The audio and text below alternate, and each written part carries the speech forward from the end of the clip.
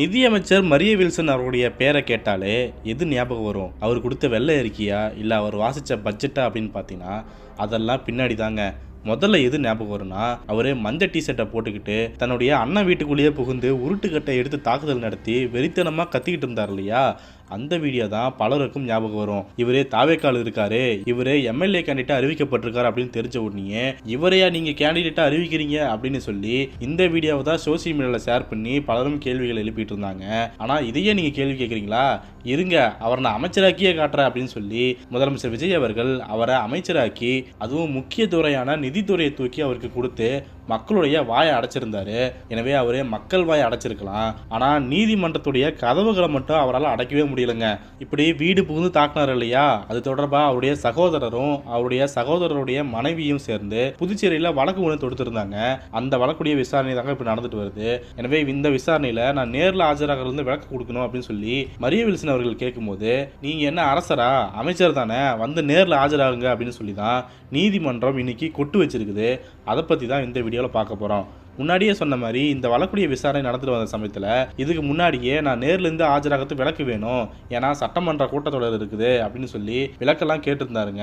அதுக்கு ஒரு முறை நீதிமன்றமும் விளக்களிச்சிருந்தாங்க. மேலும் இந்த கேஸு குடும்ப பிரச்சனை அப்படிங்கிறதால சென்னை உயர்நீதிமன்றம் என்ன பரிந்துரை பண்ணுச்சுன்னா, நீங்க சமரச பேச்சுவார்த்தை மூலமா இதை தீர்த்துக்குவாங்க அப்படின்னு சொல்லி உத்தரவிட்டிருந்தாங்க.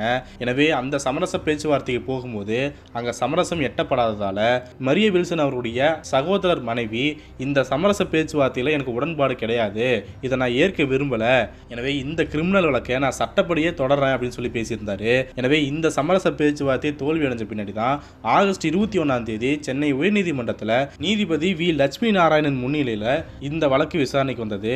அவர் இந்த வழக்கு விசாரணை நான் சட்டப்படியே ஏற்றுக்கிட்டு நடத்த போறேன் அப்படின்னு சொல்லிட்டு வழக்கு விசாரணையை ஆகஸ்ட் 28, அதாவது இன்னைய தேதிக்கு ஒத்தி வச்சிருந்தாரு. எனவே இன்னைக்கு சென்னை உயர்நீதிமன்றத்தில் அந்த விசாரணை நடக்கும்போது சட்டமன்ற பணிகள் இருக்குது அப்படின்னு சொல்லியும், நான் பாத யாத்திரை போறேன் அப்படின்னு சொல்லியும், புதுச்சேரி குற்றவியல் நீதிமன்றத்தில் ஆஜராகிறதுல இருந்து எனக்கு மீண்டும் விலக்கு அளிக்க வேணும் அப்படின்னு சொல்லி அமைச்சர் தரப்பிலிருந்து கேட்கப்பட்டிருக்குது.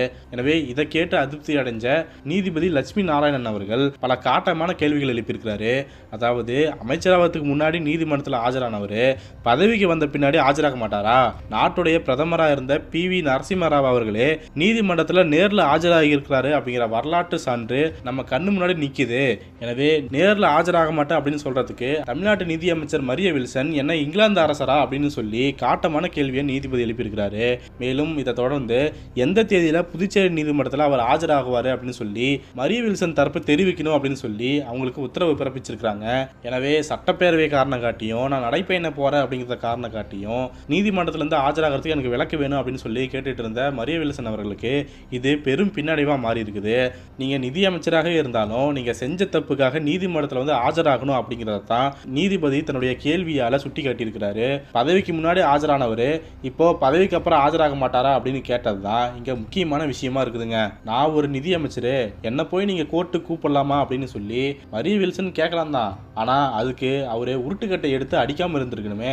வீடியோ எடுக்கிறான்னு தெரிஞ்சுமே அவ்வளவு வெறித்தனமா தாக்குதல் நடத்தி வீட்டு கதவுக்கு முன்னாடி நின்றுக்கிட்டு மிரட்டெல்லாம் எடுத்துட்டு இருந்தாரு. அதை அவர் செய்யாம இருந்திருக்கலாமே அப்படிங்கிறது தான் மக்கள் இப்போ கேள்வியா கேட்டுட்டு இருக்கிறாங்க. இதையெல்லாம் பார்க்கும்போது நமக்கு என்ன தோணுதுன்னா, நான் சட்டமன்றத்துக்கு போறேன் அப்படின்னு சொல்லி விளக்கு கேட்டிருந்தாரு.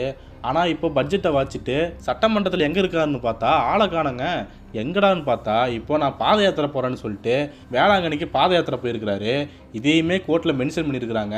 அப்போ நீதிபதி என்ன தெரியுமா கேட்டாரு, ஏன் நீங்க வேளாங்கண்ணி போயிட்டு ரிட்டர்ன் வரும்போது நீதிமன்றத்தில் ஆஜராகலாமே அப்படின்னு சொல்லி நீதிபதி கிடுக்குப்பிடி கேள்வியை கேட்டிருக்கிறாரு. எனவே அவர் வார்த்தையிலிருந்து பார்க்கும்போது நீங்க நீதிமன்றத்துக்கு வந்தே ஆகணும் அப்படிங்கிறத தான் அவர் திரும்ப திரும்ப சொல்லிட்டே இருக்கிறாரு. இல்ல இதையும் எதிர்த்து நான் கேஸ் போடுவேன், நேரில் ஆஜராக மாட்டேன், அதுக்கு நான் விலக்கு கேட்பேன் அப்படின்னு சொல்லி கோர்ட்டுக்கு போனால் கோர்ட்லேயும் அவருக்கு பஞ்சாயத்து காத்துட்டு இருக்கு அப்படிங்கிறது தான் நம்ம பார்க்கக்கூடிய விஷயமா இருக்குது.